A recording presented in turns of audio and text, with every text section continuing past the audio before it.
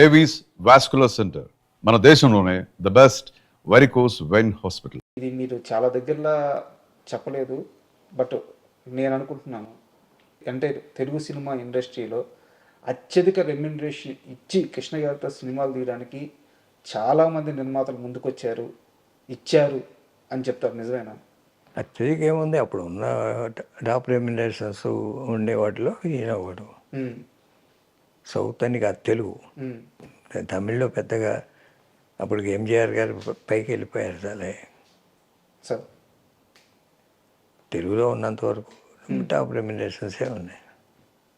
అప్పటికి కృష్ణ గారికి, సోమన్ బాబు గారికి, రామారావు గారికి, నాగేశ్వర గారికి ఆల్మోస్ట్ మొరార్లెస్ ఒకటే ఉండేవి. అంతకుముందు సెకండ్ గ్రేడ్లో ఉండేవాళ్ళు ఈక్వల్. అల్లూరి సీతారామరాజు తర్వాత ఆల్మోస్ట్ నెంబర్ 1 ఇంకా. అవును.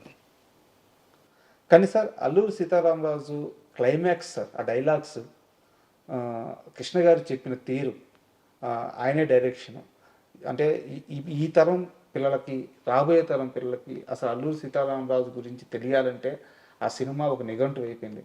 మీరు కానీ ఆ రోజు సాహసం చేసి అల్లూరి సీతారామరాజు సినిమా తీయకపోయి ఉంటే ఇప్పుడు చాలామంది పిల్లలకి ఇంత గొప్పగా అయితే తెలిసేది కాదు.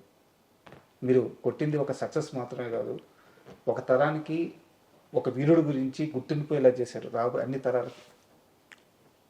చరిత్రలో ఆయన క్యారెక్టర్ నిలిచిపోయింది కదా ఆ సినిమాతో. లేకపోతే అల్లూరి సీతారామరాజు అంటే జనానికి పెద్దగా అవును ఈ స్థాయిలో తెలిసేది.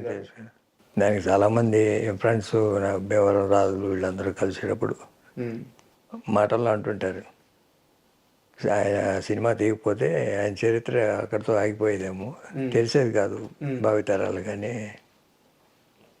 భావితరాలకు తెలియటానికి ఆ సినిమా ఉపయోగపడింది ఆయన చరిత్ర గురించి. సార్ కమర్షియల్గా ఎలా వర్కౌట్ అయింది సార్ సినిమా?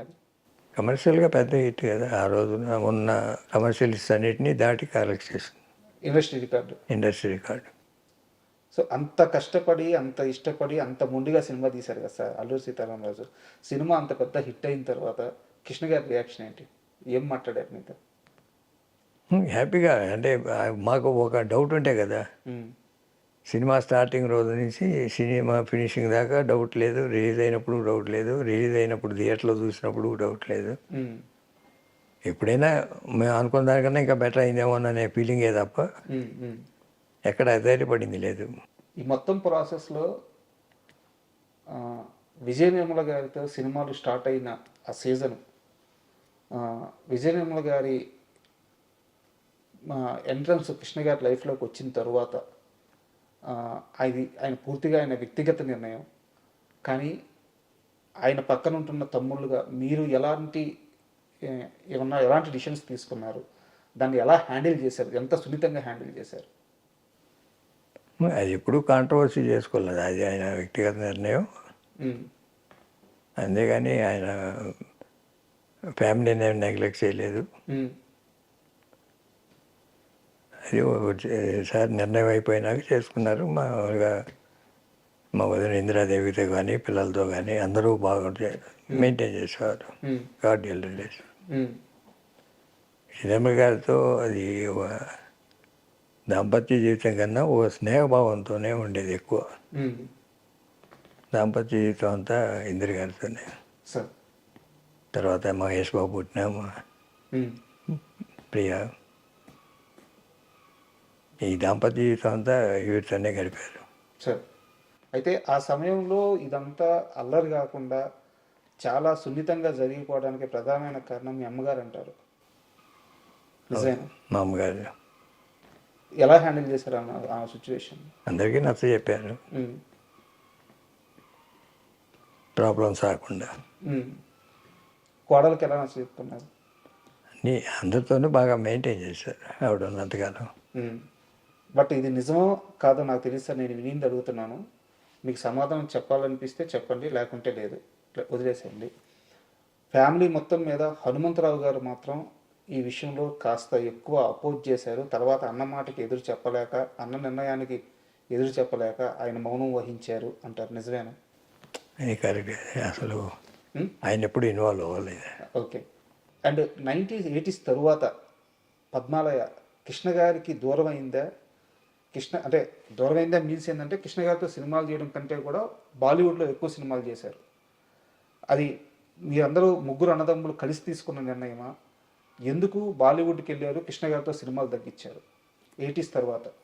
తగ్గించడం అంటూ లేదు, కానీ ఉమ్, ఎక్స్పాండ్ అవ్వాలి అని పద్మాలయాన్ని విశ్వవ్యాప్తం చేయాలనే ఉద్దేశంతో ఉమ్, కృష్ణ గారితో పెద్ద పెద్ద సినిమాలు చేసే పెద్ద పెద్ద నిర్మాతలు చాలామంది వచ్చేసారు అప్పటికి.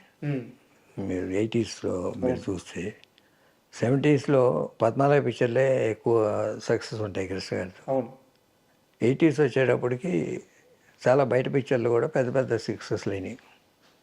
మేము కూడా పద్మాలయ కూడా 80sలో 7 సినిమాలు ఎవ్రీ ఇయర్ ఒకటి ఉంటుంది. ఉమ్, ఎవ్రీ ఇయర్ 2-3 మనమే చేస్తే బయట ప్రొడ్యూసర్కి సాటిస్ఫై చేయలేం కదా ఉమ్, అనే ఉద్దేశంతో హిందీకి ఎక్స్పాండ్ చేస్తాం. హిందీ కానీ మలయాళం, తమిళ్, ఉమ్, బెంగాలీ, ఆ పీరియడ్ అంతా మీరు అంటే 80s. 80sలో ఒక 10 yearsలో 60 సినిమాలు తీసాం, అవును. ఏ భాషలో అయినా కానీ.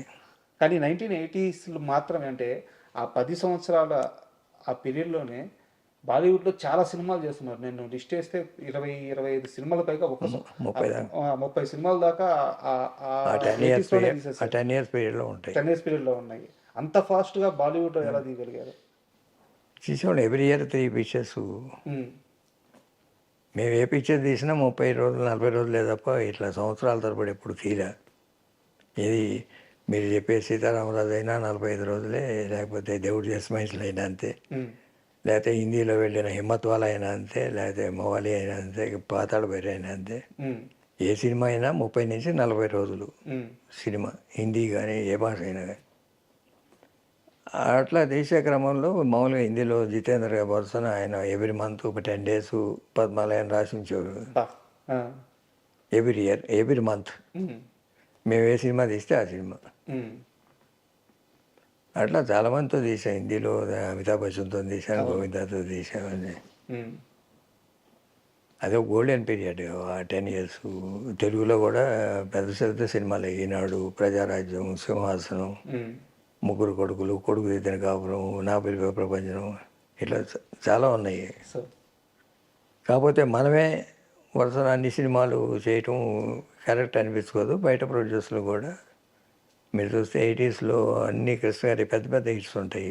అవును. చిన్న సినిమాలు కూడా ఏదో వియ్యాల వారికి అయ్యాల లాంటి సినిమా కూడా హిట్టే ఉంటుంది. ఉమ్, లేదా ఊరికి మనగాడు అని, అగ్నిపర్వతం అని, బయట ప్రొడ్యూసర్లు పెద్ద పెద్ద సినిమాలు ఉన్నాయి. బంగారు భూమి, మాదే బంగారు భూమి.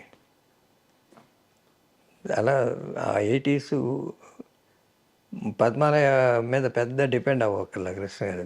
అందుకని సింహాసనం ఆయన డైరెక్షన్ చేయాలి కాబట్టి ఒక పెద్ద సినిమా చేసాం. పెద్ద సినిమా చేయాల్సినప్పుడు వచ్చి చేస్తారు. ఉమ్. కానీ ఈ ప్రాసెస్లో హిందీలో సినిమాలు తీసే టైంలో రాఘవేంద్రరావు గారితో నేను గొడవ అన్న కానీ చిన్న డిస్టర్బెన్స్ వచ్చింది పద్మాలయకి అని చెప్పి అంటారు. ఏంది ఇష్యూ ఏంది రాఘవేంద్రరావు గారితో? తెలుగులో రాఘవేంద్రరావుతో సినిమా ఎప్పుడు చేయలేదు. కరెక్ట్, తెలుగులో తీయలేదు, హిందీలో చేసాం. హిందీలో హిమ్మత్ వాళ్ళ తీశారు. కానీ ఇంకో సినిమాకి రాఘవేంద్రరావు చేయనని చెప్పారు. రాఘవేంద్రరావు అయితే చేయకపోతేనే రాఘవేంద్రరావు అసోసియేట్ చేస్తామని చెప్పేసి ఒక సినిమాకి ఆయన అసోసియేట్ని తీసుకెళ్ళి పట్టుబట్టి సినిమా తీశారు అంటారు. అదేం లేదు, మా హిందీకి మేము ఫస్ట్ హిందీయే కాదు, తెలుగు కానీ హిందీ కానీ ఎప్పుడైనా డైరెక్టరు పలానా డైరెక్టర్ ఉంటేనే మనం సినిమా తీయగలం అనేది ఎప్పుడూ లేదు. సార్ ఎప్పుడైనా మాకు అనుకూలంగా ఉండే డైరెక్టరు, లేకపోతే యూనిట్ డైరెక్టరు, యూనిట్ డెసిషన్స్ ఎక్కువ ఉంటాయి సినిమా సార్ మేకింగ్లో. వన్ మ్యాన్ డైరెక్టర్ డెసిషన్ అనేది ఉండదు మాకు. అట్లా అనుకూలంగా ఉండే డైరెక్టర్స్తోనే సినిమాలు తీసాం. తెలుగు 70 సినిమాలు 80 సినిమాలు చేసిన అన్నీ అట్లనే ఉన్నాయి. హిందీ కూడా అంతే. హిందీలో రాఘవేంద్రరావు చేశారు కదా అని మేము అడగచ్చు. హిందీలో Raghavendra Rao I have introduced him to Hindi కొత్తగా. అంతేగాని రాఘవేంద్రరావు పెద్ద డైరెక్టర్ నేను తీసుకోలేదు. మరి రాఘవేంద్రరావుని తర్వాత ఒక సినిమా చేయమని అడిగితే చేయనన్నాడని చెప్పి ఆయన అసోసియేట్ని తీసుకెళ్ళి మీరు ఒక సినిమా చేయలేదా? అదేం లేదు, అతను మాకు 3 సినిమాలు చేశాడు ఒకే సంవత్సరం. హిమత్వాలా చేశాడు, జెస్సీ సౌదా చేశాడు, కామయాబు చేశాడు, హోషియార్ చేశాడు. మధ్యలో అతను అసిస్టెంట్ రవిచంద్ర అనే హనుమంతరావు ఖైదీ పెట్టుకున్నాడు. రాఘవేంద్ర డేట్స్ లేవో తెలియదు నాకు సరిగ్గా గుర్తు రాలేదు క్వశ్చన్ నువ్వు అడిగేది ఇప్పుడు గుర్తొచ్చిందే. ఇప్పుడు గుర్తు ఖైదీ రవిచంద్ర చేశాడు, రాఘవేంద్ర అసిస్టెంట్. రాఘవేంద్ర అయినా ఒకటే, అసిస్టెంట్ అయినా ఒకటే. హనుమంతరావు ఆయన సిద్ధాంతం ఏంటంటే పట్టుబట్టి తీసుకెళ్లారంటగా. ఎవరైనా ఒకటే నాకు. ఇది మీ అన్నదమ్ముల్లో ఉండే మొండి ధైర్యం.